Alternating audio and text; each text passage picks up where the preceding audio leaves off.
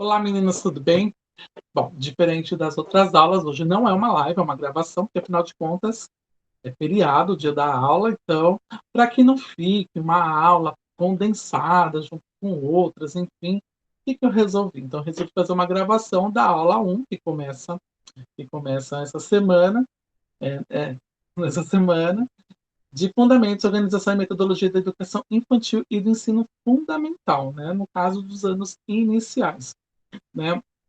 Na semana que vem nós retornamos, normalmente a aula de segunda-feira, para que a gente possa dar prosseguimento a, né, ao conteúdo dessa mesma disciplina com as outras três aulas. Uma outra observação, na próxima segunda, dia 14, a prova também vai estar disponível online para vocês realizarem lá no ambiente. Até então não recebi nenhum aviso, provavelmente deve ser no mesmo modelo. Tá ok?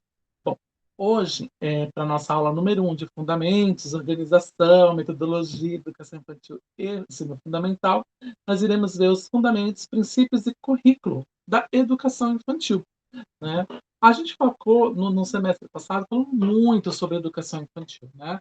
Hoje a gente vai ver os fundamentos e a própria organização do método que a gente vai utilizar em educação infantil.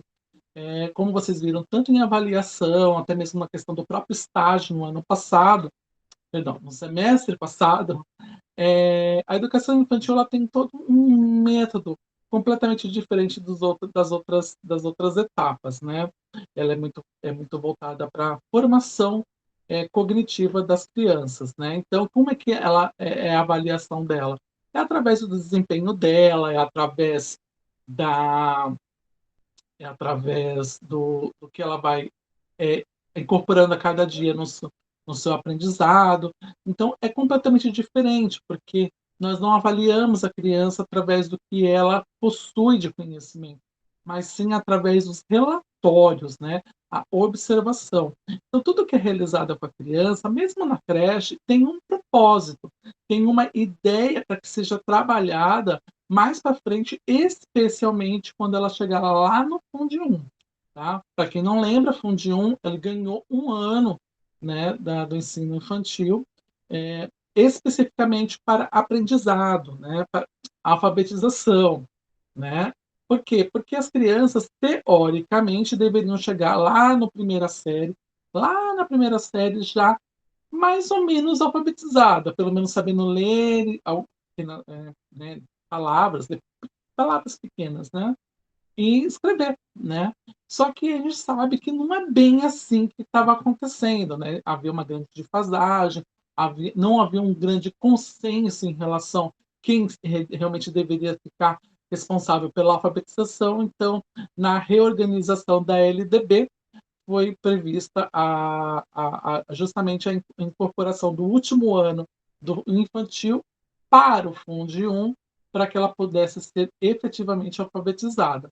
Eu tive a sorte de ser alfabetizado antes mesmo de chegar na educação infantil, né? Mas isso é caso específico. Minha tia me ensinou em casa, que eu tinha acho que mais três primos que estudavam, né? Eram cinco primos que morávamos todos juntos, mas eu tinha mais três primos que estavam mais adiantados, né? Então eu ficava muito curioso para saber por que eles estudavam, por que eles faziam lição de casa, e minha tia acabou tendo aquela paciência de me ensinar a ler e escrever. E além disso, eu sempre fui muito estimulado dentro de casa, especialmente pela minha mãe, a leitura, né? Então sempre gostei muito de ler. Então, aprender a decodificar foi muito fácil. Então, quando eu cheguei, óbvio, no infantil, eu já sabia ler e escrever, só fiquei 2 anos no infantil. Né? Eu só lembro de duas professoras, então só fiquei 2 anos. Porque eu já tinha toda essa parte que deveria ser trabalhada da alfabetização. Né? É, Era rico, era boizinho? Não, não era, não. Né? Minha mãe trabalhava muito.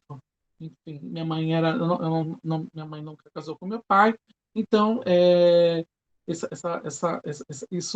eu posso dizer que eu também fui privilegiado porque eu tive a minha tia que me ensinou e trabalhava em escola, minha mãe que me incentivava também, mas eu não era rico nem nada, por isso que eu não cheguei porque eu era ótimo, maravilhoso, não. E não também porque eu não era mais inteligente, eu sempre fui muito curioso, é completamente diferente. Eu já havia falado para vocês, em EJA, que não existem pessoas mais inteligentes do que as outras, né? As pessoas têm inteligências é, múltiplas, diferentes, né? Que necessariamente não é a mesma para outra. Eu não sei construir uma casa, né? O pedreiro sabe construir uma casa que não vai cair. Se eu construir, vai cair, né? Então, é isso que a gente deve sempre levar em conta quando a gente diz, fulano é mais inteligente que o cicrano. Não, não existe isso, tá? Mas, especificamente nessa aula, a gente vai ver os fundamentos e a organização da educação infantil, vamos conhecer os processos históricos e legais da organização do trabalho pedagógico na EI, né? E vai ver os princípios e o currículo também da educação infantil. Porque apesar de não ter disciplinas, a educação infantil tem currículo. Meu ventilador. Vamos lá. Bom, conhecimento histórico do atendimento à criança de 0 a 5 anos de idade é fator relevante para valorizarmos as instituições de educação infantil como espaços promotores do desenvolvimento humano, né? Então, o que vai ser trabalhado nesses espaços é justamente aquela questão da motricidade, né? A força da criança, até o fato de você, não sei se vocês passaram pela educação infantil, mas para a criança conseguir segurar um lápis ou uma caneta, com essa força e com essa destreza, são feitas várias atividades que vão trazer esse desenvolvimento para a criança, né? Porque eu não posso, se você der um lápis para a criança ela pode segurar assim, assim. Pode reparar, ela não vai ter uma destreza. Então, ela aprende justamente nisso lá na educação infantil. E isso é uma das pequenas coisas que nós fazemos no nosso dia a dia, que a criança aprende lá. Muitas coisas que nós fazemos, até mesmo como comer, apesar de a gente ensinar em casa, mas até mesmo a forma como comer, como até se higienizar de modo correto, são coisas fazem parte desse currículo, né? E não que a forma como ensinar em casa, por exemplo, esteja errada, né? A gente acaba mostrando como a criança deve trabalhar a força dela, que é diferente quando a gente vai ensinar isso dentro de casa, né? Você não vai se importar muito com a forma como a criança come. O importante é que ela coma, né? Às vezes você vai dizer, não, é assim para ficar mais fácil. E às vezes a criança acaba não fazendo, acaba adquirindo um jeito próprio e está tudo bem, né? A diferença é que na escola não é que vai mostrar um jeito próprio de como fazer isso, mas vai mostrar como ela deve fazer para que ela consiga entender que, apesar dela pegar a colher de uma forma, isso também vai influenciar na hora dela escrever. Então, por isso que é um espaço que a gente vai promover esse desenvolvimento humano para o resto da vida da criança. Bom, o histórico da educação infantil no Brasil, né? A gente pode dizer que antigamente a educação infantil ela era muito voltada ao assistencialismo, né? Eu comecei a educação infantil em 86, né? Foi antes da Constituição Federal. A gente pode dizer que os três principais documentos da EI são três, né? Que é a Constituição Federal de 88, afinal de contas, lá diz que todo mundo tem direito à educação, né? E é uma fase da educação. O ECA, né? Foi publicado 2 anos depois, né? A Constituição de 88, o ECA de 90, foi publicado dizendo que era um direito e um direito da criança e dever dos pais colocarem ele lá. Não só um direito, como também um dever dela, né? Para que possa aprender várias etapas, vários processos cognitivos, ou melhor, melhorar esses processos cognitivos nesses anos iniciais, né? E, por fim, a gente tem o estabelecimento real da educação infantil a partir da LDB de 96. Isso não quer dizer que ela não existia antes. Ela existia, sim, ela era prevista, mas ela não era tão valorizada, né? Tanto que o primeiro documento que a gente pode dizer de currículo da educação infantil, ela foi surgir justamente depois da LDB, que foi a RCMEI, né? As referências curriculares nacionais referenciais RCMEI, referenciais curriculares nacionais de educação infantil, que veio depois dos PCNs, né? Hoje a gente já tem a BNCC que contempla todas essas etapas da educação básica. Antes existia, mas era muito mais voltado para o assistencialismo. Por quê? Porque a ideia da educação infantil sempre foi muito ligada à questão da creche, né? A gente vai lembrar muito antes do ECA, não da Constituição, que a mãe que trabalhava, ela tinha direito a uma vaga na creche, mas isso não era uma coisa obrigatória, ela tinha que ter muita sorte para ter uma vaga na creche. Hoje, com a LDB, já diz o seguinte, que toda criança tem direito de ter uma vaga na creche.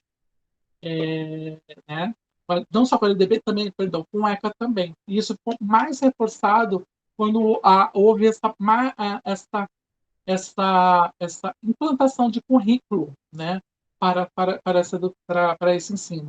É muito comum que essa etapa era formada por professoras advindas do magistério, né? Porque no magistério, que era um curso técnico, elas aprendiam como lidar com essas crianças, né? Como ser quase uma recreacionista e uma mera reprodutora de atividades, para que a criança conseguisse mais ou menos ler, né? Fazer algumas contas, né? Para sair um pouco do concreto para o abstrato, no caso da matemática, e também para trabalhar a questão motora, né?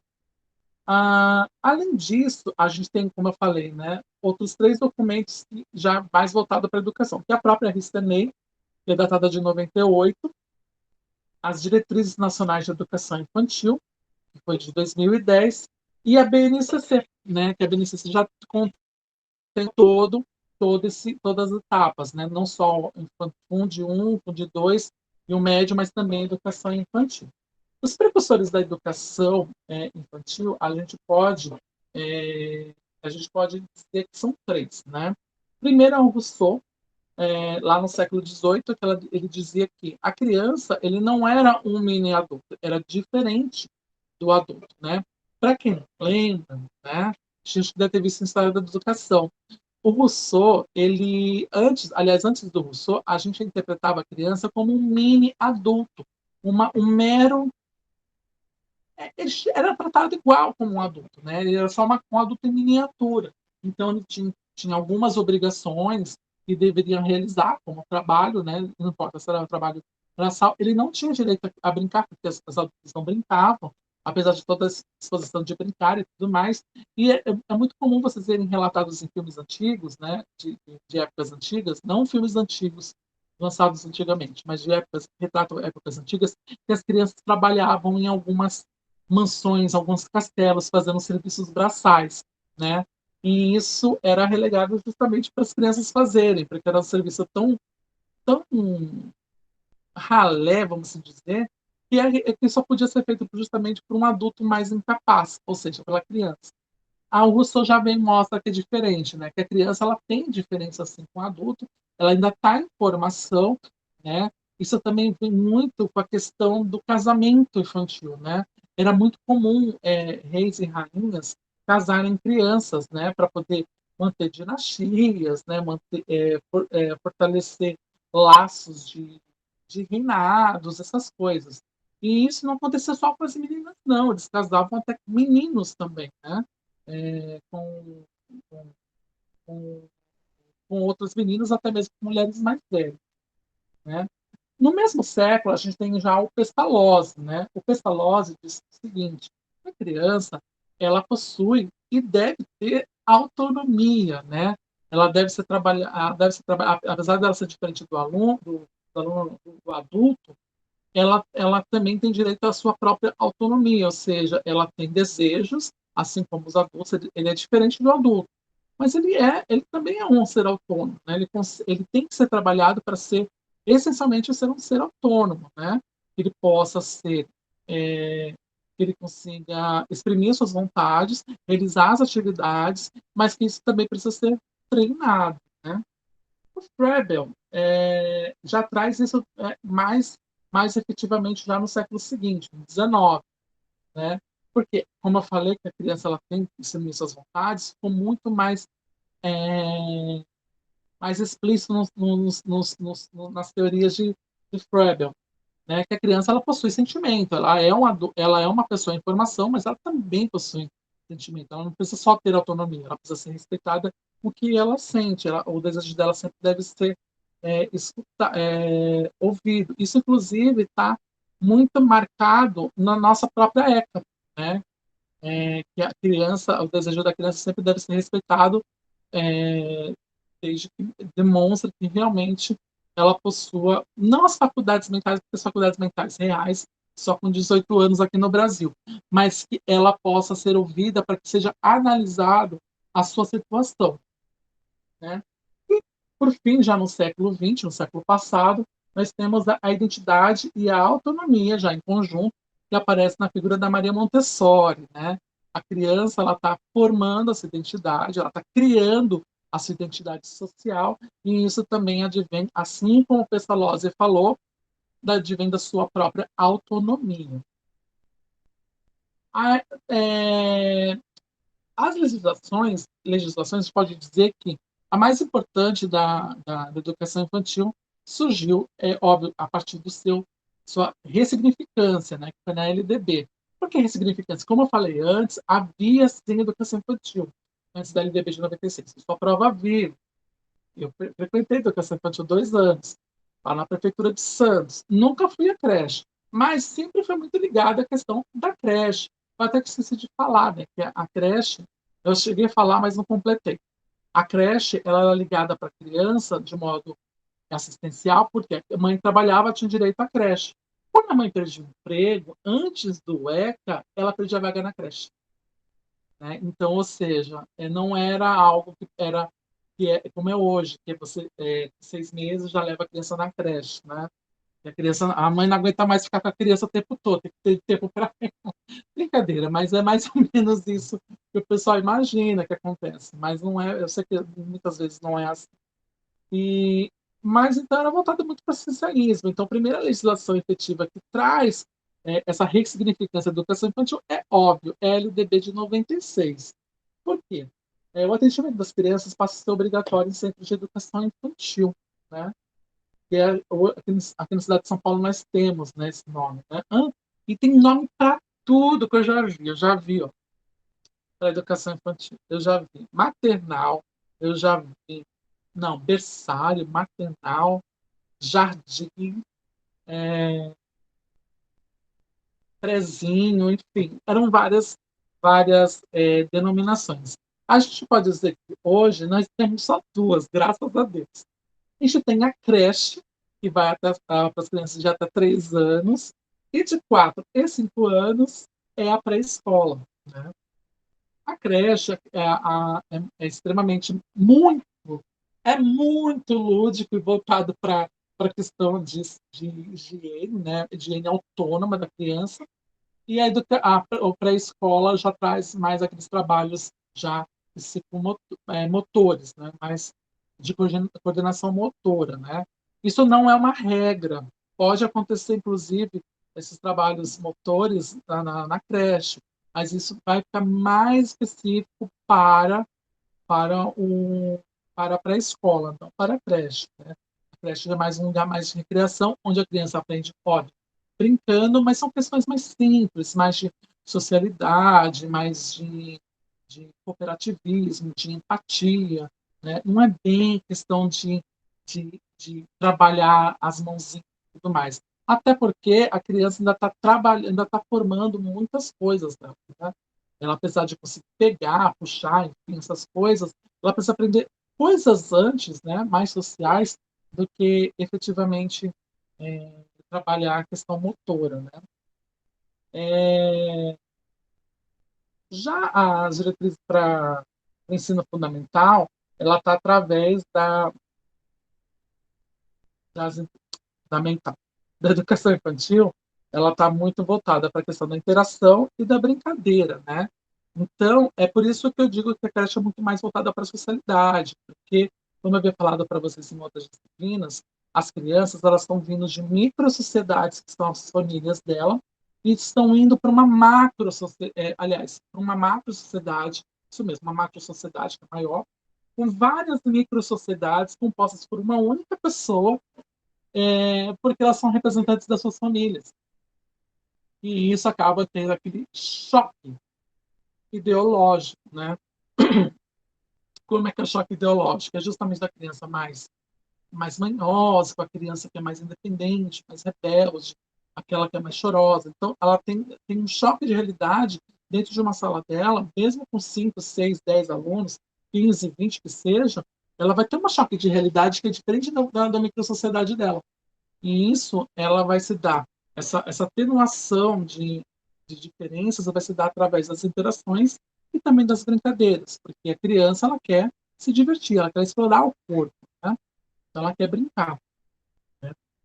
A partir de 2018, nós tivemos a BNCC, né? Que é o documento norteador para a educação, que traz o documento norteador da educação infantil com base nos direitos de aprendizagem em campos de experiência. Né? Como que funciona essa forma, né? Os direitos de aprendizagem, ela vem através do conviver, que é a primeira etapa, né? Porque ela vai estar convivendo com outras, como eu falei, com outras microsociedades, e dentro desse conviver, ele vai ter dois fatores importantes. O brincar, né? Porque o brincar, como eu falei, é algo que a criança quer explorar, quer se divertir, ela quer se sentir prazer. Esse não tem outro sentimento, o nome é esse, prazer. Ela quer sentir prazer de estar no local, e com isso ela vai participar e vai explorar.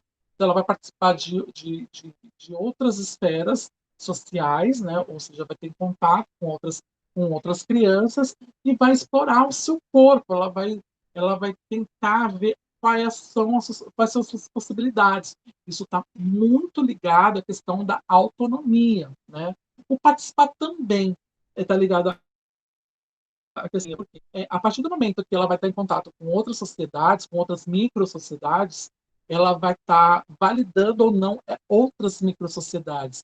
É assim que formam as amizades. E esses são processos muito importantes, porque isso, inclusive, implica como vai se dar a vida dessa criança, né? Como ela vai formar amigos, como ela vai explorar o seu corpo, vai explorar suas possibilidades, explorar suas inteligências, seu raciocínio.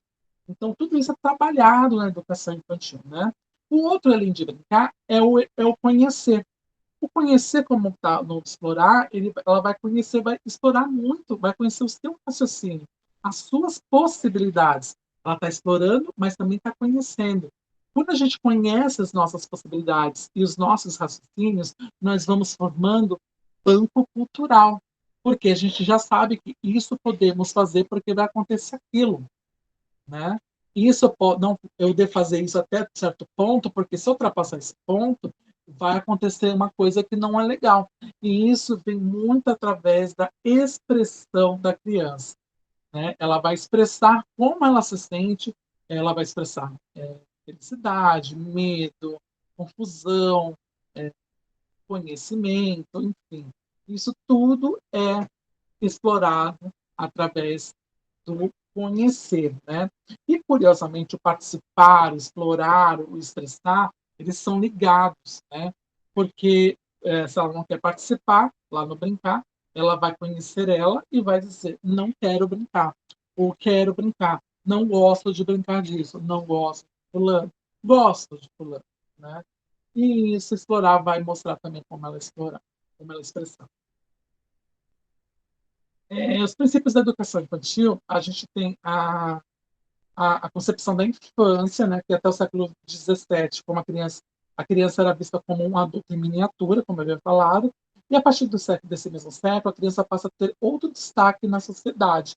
É muito comum aquelas imagens de crianças com aquelas roupas de, de, de rei, de rainha, de princesa, né? Porque ela de fato é tratada daquela forma, né? Até mesmo o pó de arroz, né? O carmim, que era para quem não sabe, o vermelho, ele provém de um animal, né? Um, eu não lembro se é é tipo um inseto, né? Que dá a cor carmim, que eles colocam na boca e tudo mais. Então, essa questão da sexualização da criança não é algo tão, tão novo assim, né? É algo que é antigo, que foi muito explorado até o século XVII. Né? No século XVIII, se implantaram as primeiras instituições pré-escolares assistencialistas, né? Leia-se creche, alguém que fique com as crianças, né?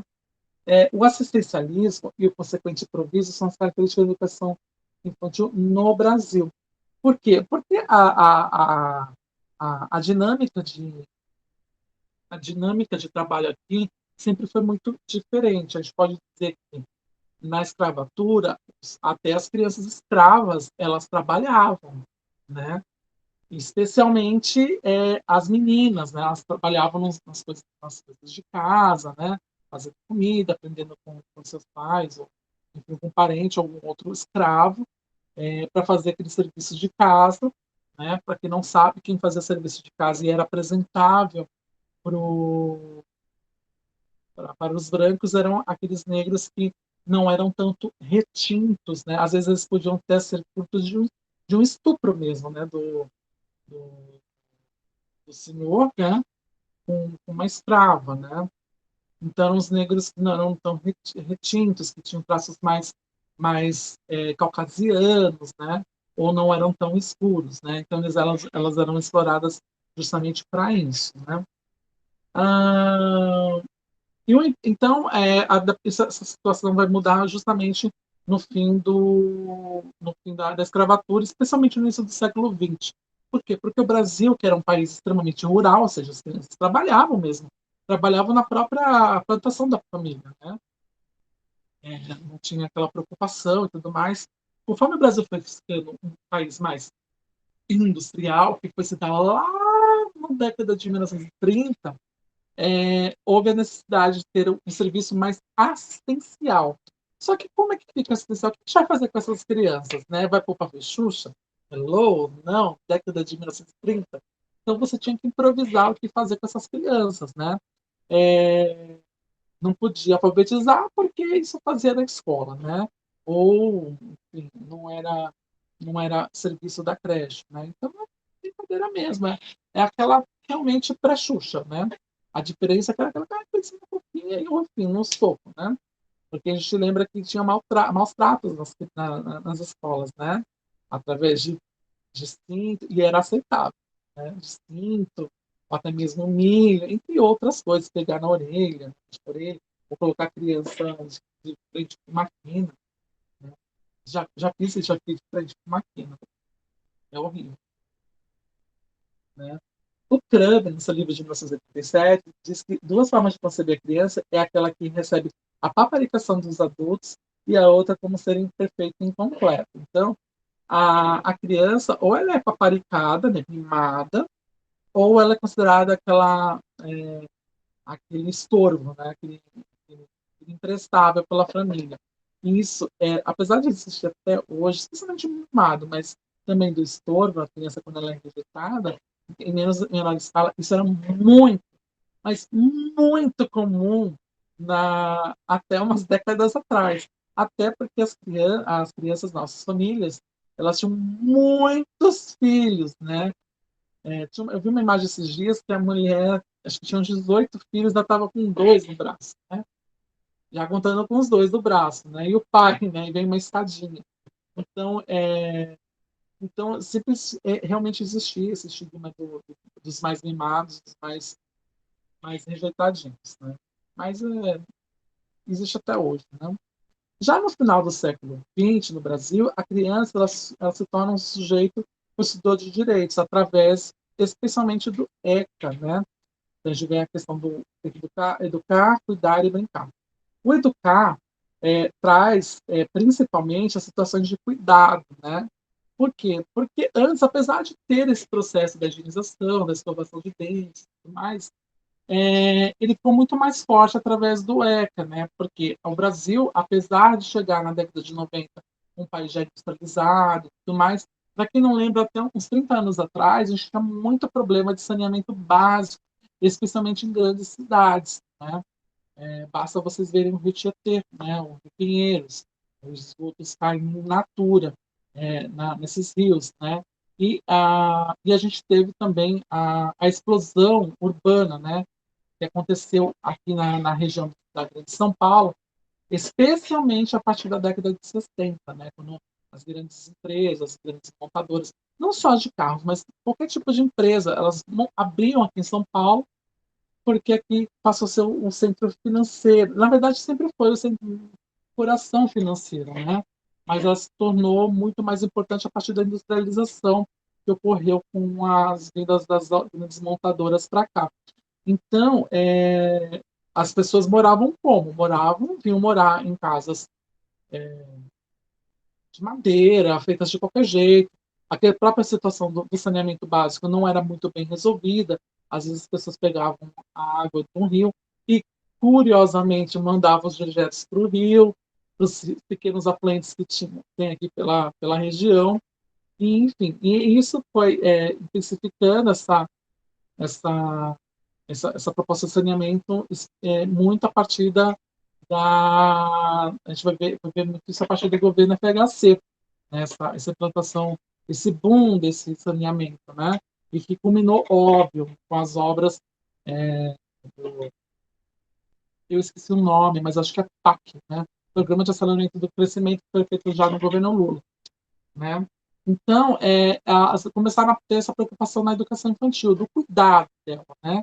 O cuidar, ela também trazer cuidado dela, mesmo como eu falei, da questão de saneamento, né? A questão de programas de saúde, mas também com, é, com o cuidar da criança com um olhar não mais, mas um olhar pedagógico, né? As brincadeiras e aprendizagens elas são sempre passaram a ser orientadas e integradas, né? Ou seja, antes a gente brincava, tinha um motivo? Tinha um motivo para brincar. Afinal de contas, como eu falei, muitas das professoras eram formadas em magistério, elas só sabiam fazer aquilo porque é aquilo que elas tinham aprendido. E dava certo, sempre deu muito certo, né? Só que, com a chegada de mais alunos, precisou fazer as pequenas integrações, porque apesar de não ter alunos que estejam de inclusão ou necessidades específicas, chegavam alunos tinham que precisavam de algumas orientações a mais. Não chegam a ser alunos com necessidades educacionais específicas, mas elas precisavam ter algumas orientações, até mesmo por problemas familiares. Ela não conseguia se socializar, ela era comunitarista, muito quieta. Então, as brincadeiras e as aprendizagens passaram a ter algumas orientações para que essas crianças pudessem ser incorporadas e também serem integradas, né, para que pudesse trabalhar todas as possibilidades da criança. O desenvolvimento das capacidades infantis, né, para explorar justamente todas as potencialidades da criança, né, todo o raciocínio dela, a relação interpessoal e antes de passar para a realidade social e cultural, a relação interpessoal ela se tornou o eixo principal em qualquer forma da qualquer módulo da nossa educação básica, né? Porque a gente prepara as crianças, os adolescentes, para que eles se tornem pessoas integrantes, efetivas da nossa sociedade, né? Os conteúdos eles estão juntos, né? Eles vêm ao lado. Você vai ter português, matemática, essas coisas, mas o principal, o espaço da escola é justamente essa relação interpessoal, essa relação de estabelecer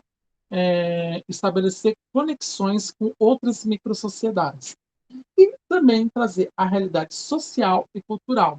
Né? Social, porque vai entender muito bem onde está instalada a escola, isso nós vimos, inclusive, em outras disciplinas, né? Que a realidade social é onde está instalada a escola, e também a realidade do aluno. E também promover a cultura que está ali ao redor. Nós temos uma cultura nacional, óbvio, nosso país é um país continental, né? É gigantesco, tem muitas culturas que são regionais, mas tem as culturas que são mais expressivas, não que sejam melhores, né? Isso, não são melhores, são as mais expressivas, que unem o país de uma forma única, né? Mas também valorizando a cultura que onde está aquele aluno, onde está aquela escola. Então, a educação infantil ela também tem que ter esse olhar. Então, todas as brincadeiras, as músicas, as falas dos professores precisam também contemplar a realidade social e cultural da criança. Ah, mas está numa periferia, então lá toca funk, então a criança vai cantar funk? Pode ser, pode ser. A diferença é que você pode trocar a letra, que é misógina, ela é sexista, por algo que seja mais relevante para a criança. Se essa for a cultura dela, da música, por que não? A gente tem que se abrir a possibilidades, porque se ela escuta isso e vai ver uma música que é criada e pensada com uma linguagem dela, com certeza ela vai se interessar. Então, por isso que a gente não pode invalidar a questão do funk, por exemplo. Nós não podemos, né? Por mais que eu não goste, essa pode ser a realidade do meu aluno. A diferença é que eu tenho que mostrar com outro viés, com outro olhar, de forma que ele possa se sentir mais integrado e interessado em aprender e reproduzir aquilo.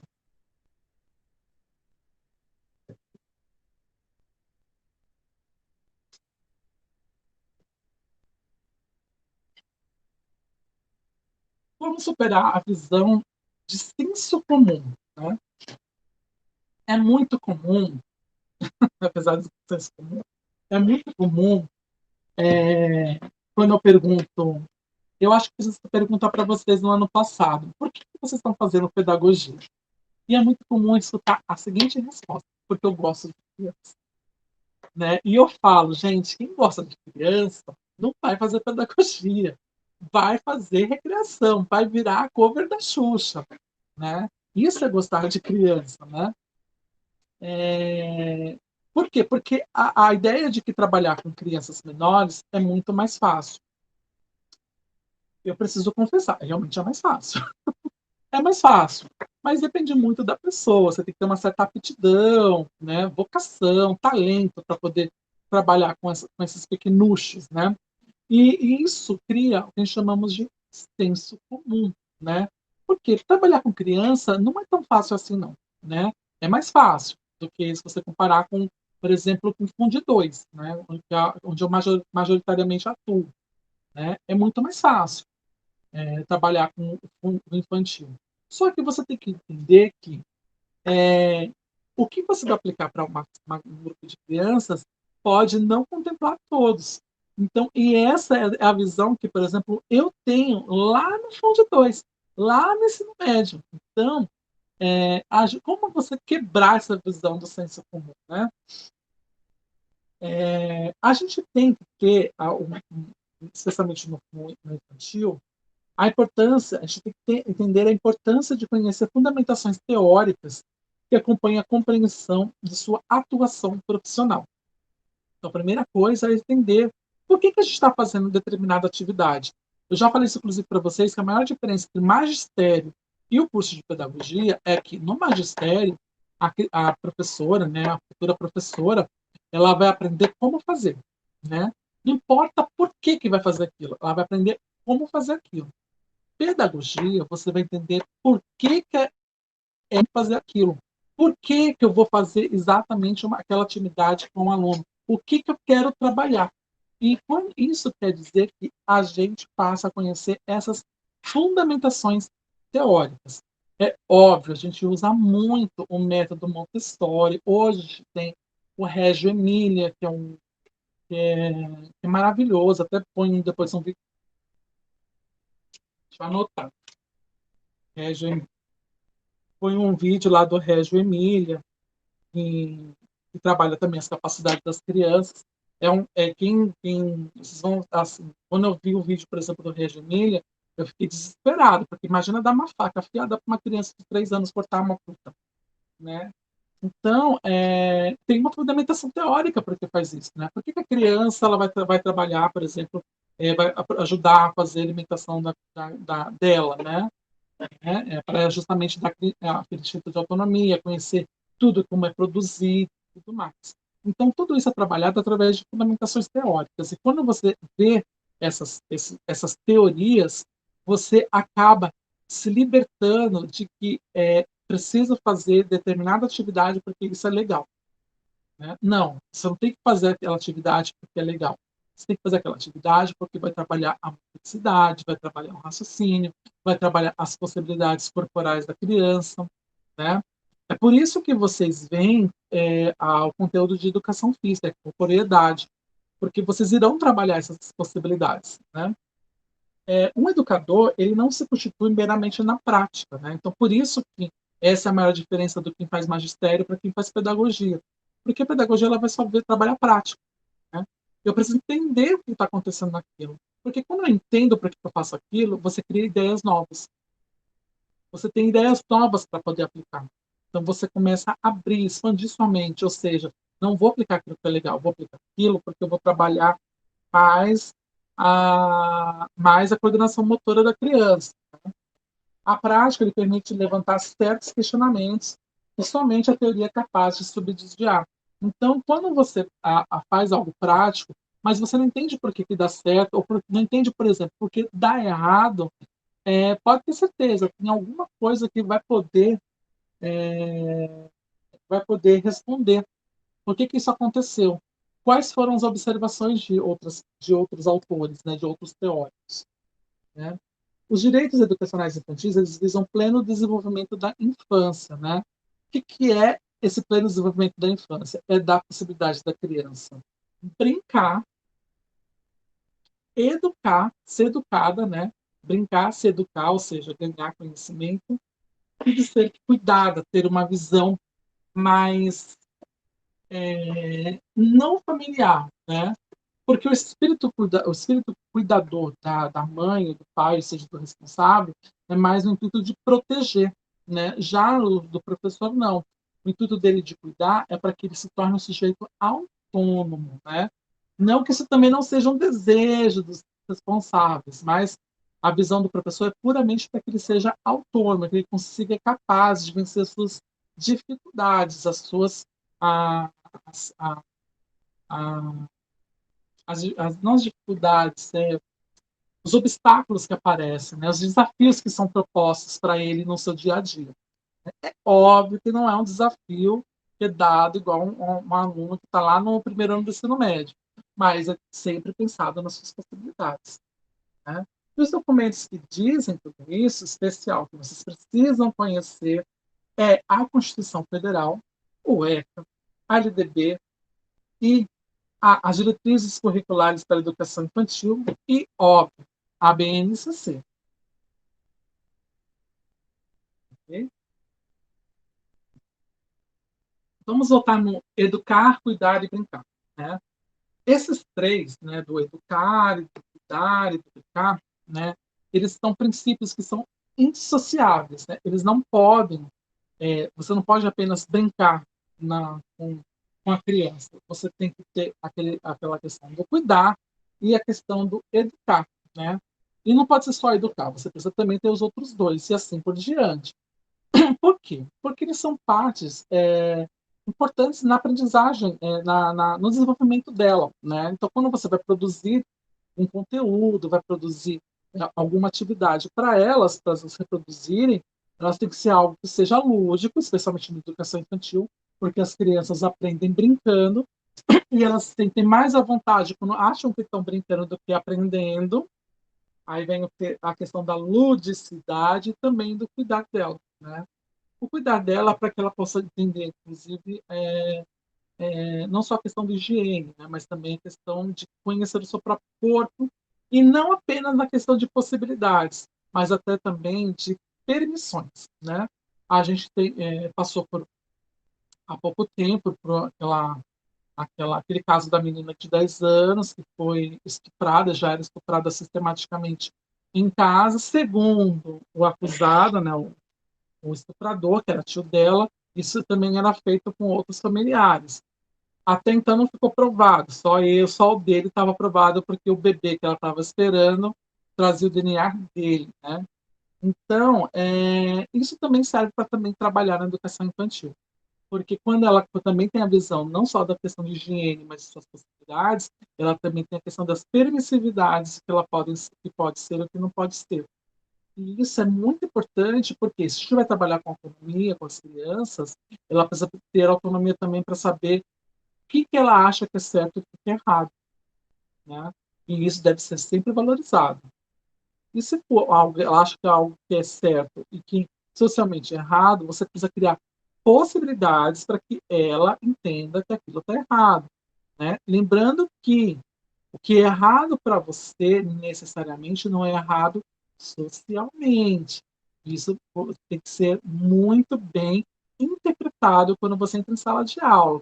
Então, quando eu entro na sala de aula, eu não entro com com ideologias políticas na educação básica, tá?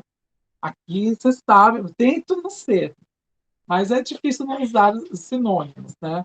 Mas a educação infantil, especialmente a educação básica de informação, a gente não pode ter essa ideia de eu entro despido de ideologias políticas, eu entro despido de credo, eu entro despido de qualquer tipo de preconceito, seja ele físico, de deficiente, ou social, de música, mesmo que eu não goste. Isso não quer dizer que eu vou perder minha identidade como professor.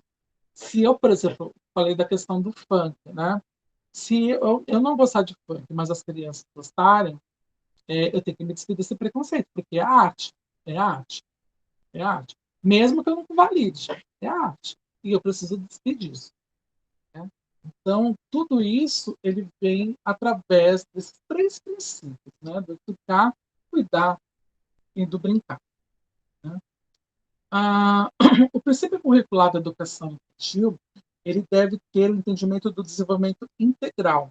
Esse integral, gente, eu já vi muita confusão em relação a esse detalhe de escola, educação integral e escola em tempo integral, né? O desenvolvimento integral, nesse caso, quer dizer que é o desenvolvimento holístico, né? Desenvolvimento de tempo integral, ele tem o mesmo significado. A diferença é que tudo que é feito, todo o período, que é geralmente contemplado em duas etapas, né? Duas, manhã e tarde, né? Aí é dado em tempo integral. Já o desenvolvimento integral é algo que em todas as etapas tem que ter, né, o desenvolvimento, especialmente na educação infantil. Né? A gente vai mudar esse termo lá no Fundo 1 para educação integral. O desenvolvimento integral por quê? Porque é para explorar todas as possibilidades das crianças e dar as mesmas possibilidades a todas elas. Né? O conhecimento sem perder de vista, ou seja, cuidar, educar e brincar, e a prática pedagógica que envolva os sujeitos, né? Porque se você vai fazer uma prática pedagógica e não contemplar todos os alunos de uma forma ou de outra, você já está começando a fazer algo que pode ser excludente. E isso é algo perigoso. O currículo de educação infantil ela traz práticas que buscam articular as experiências e os saberes das crianças, conhecimentos que fazem parte do patrimônio cultural, artístico, científico e tecnológico. Né? Então, como assim as experiências, né? A gente sabe que a criança não é uma folha em branco que vai ser escrita pela gente. Ela já está sendo escrita desde o momento que nasceu. Então ela vai ter ela vai ter as próprias experiências delas, o que ela vivenciou. E o que ela vivenciou, assim como a gente que é adulto, são diferentes de uma pessoa para outra, de uma criança para outra, né? Então, a gente já tem uns pressupostos do que ela poderia já ter vivenciado. Se não vivenciou, a gente deve promover algo que seja parecido. Calma, não é para poder praticar pedofilia, né? Se alguma ter, não é isso. A questão não é essa. A questão é que ela tenha conhecimento de mundo, de experiências, né? E essas experiências elas precisam ser totalmente práticas, óbvio que não, né? Mas elas precisam ir acompanhadas de algo didático que ela possa absorver, compreender e aceitar aquilo, né? Porque ela também pode até recusar, como eu havia falado para vocês, que ela pode validar ou não o que você está dizendo e os saberes dela, né? Então, as experiências vão trazer aquele banco cultural que vão criar o seu mini livro de saberes, né? Só que ela não conhece, ela conhece esses saberes, experiências dentro de uma micro-sociedade. E como nós sabemos, nós temos uma macro-sociedade e que traz nosso patrimônio cultural e artístico, né? Através de expressões, né, populares, manifestações populares, o próprio carnaval, questão da festa junina, que mais que pode ser feita? A questão do Natal. E isso são movimentos que são populares. Apesar, por exemplo, o carnaval, apesar de a gente dizer que é totalmente brasileiro, ele não é brasileiro. O carnaval é uma expressão, é uma, é uma manifestação europeia que foi adaptada para o Brasil. Né? Então, é óbvio, o carnaval do Brasil é diferente do carnaval europeu. É diferente do carnaval, por exemplo, de Nova Orleans. né? Mas ela é uma expressão e tem a sua própria identidade, né? Então, ela é uma expressão cultural do nosso povo. O Natal, a Páscoa, por exemplo, são festividades voltadas para o cristianismo. A gente sabe que nem todo mundo é cristão no Brasil, né? O Brasil ele é laico. E são manifestações que estão marcadas dentro da nossa sociedade, né? Mas algumas crianças podem não, por exemplo, podem não ter vivenciado isso, né? A gente tem o caso, por exemplo, das testemunhas de Jeová, né? Elas não comemoram Natal, né? Elas não comemoram Páscoa, né? No caso das festas juninas, elas já é uma festividade católica, né? É uma festa europeia, porém é da de origem portuguesa, mas é também de origem católica. Teoricamente, os evangélicos não comemorariam, né? Eles dão outras denominações para essas festas, mas também é uma manifestação cultural do nosso país, mesmo com cunho católico, né? Mesmo com todo o seu background do catolicismo, ele não tem como dissociar que é uma festa também brasileira hoje, né? Já adaptada. Científico e tecnológico, ou seja, científico por quê? Porque ele vai conhecer possibilidades, né? Por exemplo, ele vai conhecer mais sobre o espaço, sobre os avanços da ciência, né? De óbvio, não assim, não vou pegar a nitroglicerina, dá para uma criança e misturar com alguma coisa para bum, explodir. Não, mas ele vai ter conhecimento disso, né? De que a água ela serve, por exemplo, para apagar fogo, né? Ela já vai ter esse entendimento, né? A gente vai entender isso, ela vai entender de um outro viés na escola. Que a eletricidade chega através de redes, que a gente vê pelos postes, né? Então, isso também é um conhecimento científico. E o tecnológico não é apenas em relação às tecnologias digitais, que a gente costuma dizer que são smartphones, como notebooks, essas coisas, não. Tecnológicos, até mesmo a questão do caderno, do livro, que são as coisas que nós utilizamos para realizar outras atividades. Como eu havia falado antes, a creche, elas são dadas, a gente pode dividir por duas categorias, em bebês, né, que vai do, do nascimento da criança, né, geralmente vai a partir de 6 meses para a creche, né, do nascimento da criança até 1 ano e 6 meses, né, e depois ela é classificada em crianças bem pequenas, que é de 1 ano e 7 meses até 3 anos e 11 meses, até os 4 anos. E depois nós temos a pré-escola, que são crianças pequenas, né, de 4 e 5 anos e 11 meses. Né? Porque aí, aos 6 anos, ela, teoricamente, ela está apta para ir para a educação infantil. No Brasil, a gente conta a idade da criança até 30 de junho do ano. Tá? Então, se ela tem 6 anos ou faz 6 anos, até 30 de junho, ela pode ser matriculada no ensino infantil. Se ela realiza depois desse período, ela só pode ir no ano seguinte, né?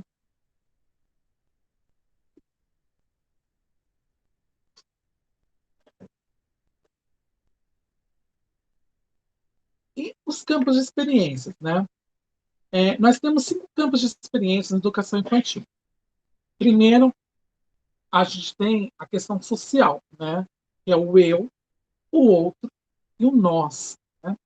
Por quê? Porque quando a criança ela aprende a socializar com outras de diferentes realidades pode estar, inclusive, na mesma comunidade. Né?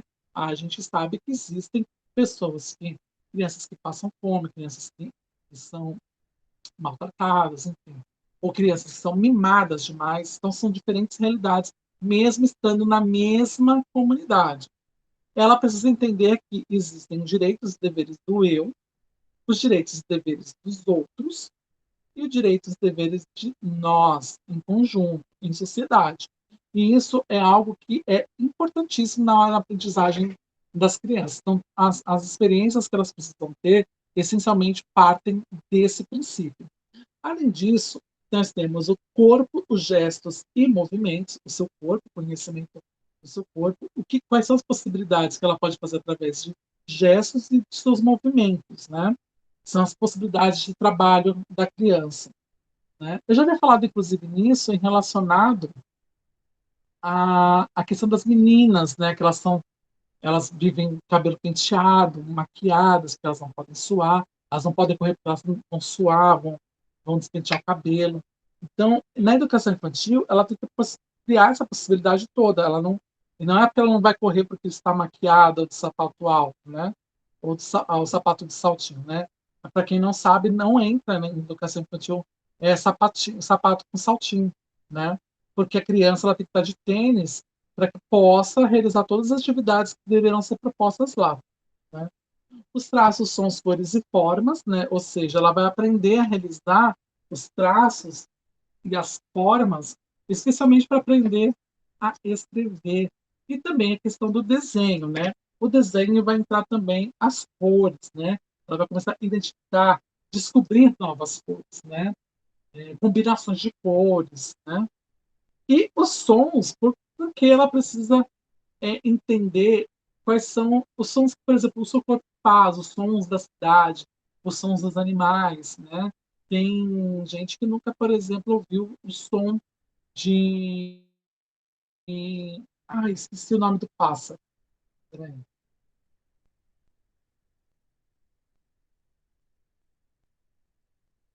Esqueci o nome do pássaro. Tem um pássaro. E... Ai, esqueci o nome do pássaro.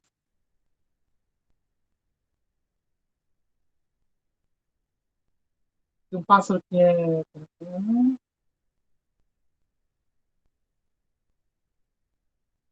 Ah, esqueci o nome do pássaro. Eu vi o nome do pássaro. Tem alguém que tem aqui um pássaro aqui perto do meu apartamento, que ele canta de madrugada. E ele canta assim, em vários horários do dia, né? E, e, e tem gente que não conhece o nome desse pássaro, né? Então ele vai conhecer também, inclusive, os sons da natureza, né? Para poder identificar isso. Eu esqueci o nome do pássaro. Eu até disse assim, gente, isso é muito minha infância, né? Que é um pássaro que eu escutei muito quando eu ia no Nordeste, né? E é um pássaro que canta de madrugada e canta de dia também, mas ele canta de madrugada também. Então ela vai aprender justamente a identificar o som desses pássaros, sons da natureza, os sons de instrumentos, os sons, como eu falei, da cidade, sons que são produzidos pelo seu corpo, né? Então isso também traz, são eixos que devem ser trabalhados lá na educação infantil. A escuta fala pensamento e imaginação. A escuta porque a criança ela deve escutar para compreender, escutar para poder entender o seu colega, que vai muito ao princípio do eu, o outro e o nós, né? O que o professor fala, o que as outras pessoas falam. Também ter o seu direito de fala respeitado, ele vai começar a trabalhar isso, de expressar os seus sentimentos, e com isso vem a questão do pensamento, ou seja, ele falar o que ele está pensando, ele pode se expressar através dos traços, cores e formas, né, nos desenhos, e também criar. É, e, é, é, eu ia falar improve, mas eu esqueci o nome da palavra em português, mas dá um improve para sua imaginação, não dá munição, mas dá mais elementos para trabalhar a sua imaginação, de ser mais criativo, com isso, trabalhar seu pensamento, a sua fala e também a escuta. E por último, mas não menos importante, a questão de espaço, tempo, quantidade, relações e transformações. Esse é importante porque eu acho que eu não aprendi isso na educação infantil, eu sou uma pessoa muito desastrada, porque eu não tenho noção de espaço. Mas a criança aprende também a ter essa relação de espaço, né? Essa relação espacial, né? Por que criança, quando vai brincar, ela geralmente chama que a criança está abanada, né? Porque ela realmente não aprendeu essa relação de espaço, né? Então, ela vê algo, ela vê algo como se fosse ou muito maior ou não consegue calcular. E isso é aprendido na educação infantil, né? A questão do tempo, né? É muito fácil falar assim, nossa, minha infância passou muito rápido. Será que passou? É porque você talvez não tenha trabalhado a questão do tempo, E isso também é trabalhado, né? Então começa a entender que esse tempo, por exemplo, para tomar banho, para comer, para escovar os dentes, para ler, né? Ou seja, aprende a se organizar e não sentir simplesmente que o tempo passou, né? A quantidade, né? A quantidade ele também é importante porque antes a criança, antes de ele aprender a contar, noção de quantidade, ele vai fazer muito do concreto, né?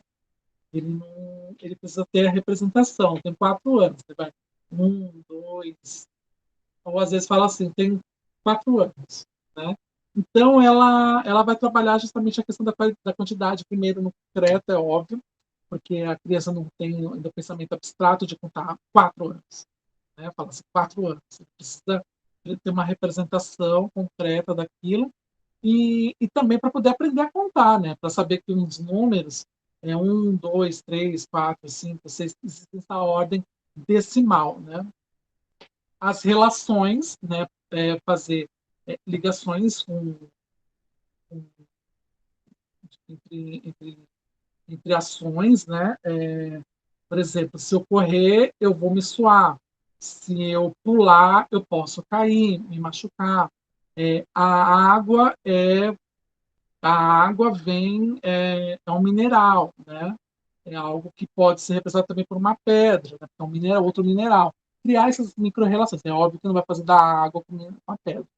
Eu jamais respondi de um. Mas é só para vocês terem uma ideia. E a transformação, né? Que a água, por exemplo, aqui, usando a mesma questão da água, a água ela pode virar uma pedra, se ficar gelada, muito gelada, vira gelo, e ela pode evaporar, virar ar, né? Através da ebulição, né? Dela ser colocada num calor extremo, ela vai se transformar, né? E também sua própria transformação, ou seja, ele começa também a observar as suas transformações pessoais, né? As suas possibilidades. Eles veem, eu consigo correr dessa forma, eu tenho que parar até ali. Ou eu consigo falar tal palavra, eu consigo fazer a conta certa.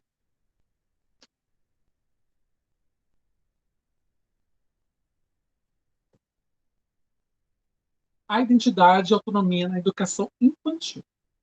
Né? A gente já vai falar da questão da autonomia, especialmente com Pestalozzi, da Montessori. Né? A identidade e a autonomia da criança, da educação infantil, serão constituídas a partir de um trabalho pedagógico organizado. Né? Por quê? Porque não é simplesmente chegar, faz. Não. Primeiro, a gente vai trazer os elementos para que ele possa aprender e para que possa realizar as atividades de modo autônomo. Isso a gente vai ver muito na questão da higiene pessoal. No início, a criança ela vai ficar muito dependente de alguém que vá levá-la no banheiro, depois vai se limpar. Né? Isso é feito na educação infantil. Graças a Deus eu não precisei trabalhar com isso, nem fazer estágio nisso, porque, desculpa, eu sou menina.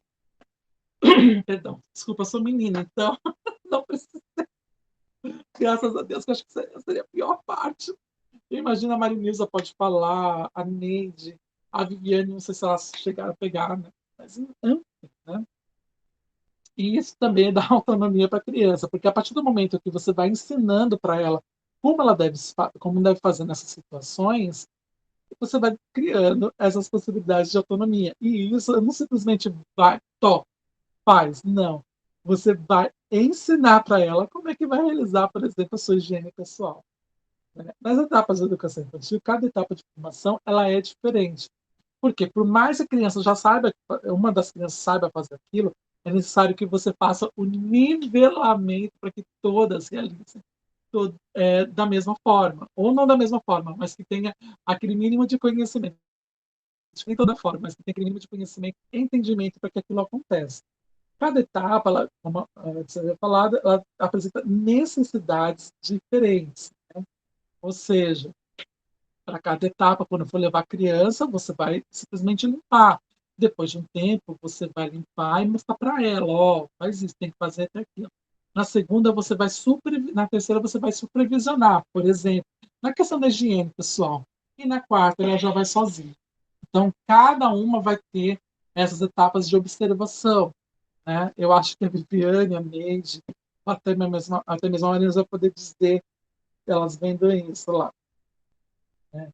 Já na BNCC e nos outros documentos legais, a educação infantil e para a autonomia e construção de identidade, elas são condições de seleção dos conteúdos, né?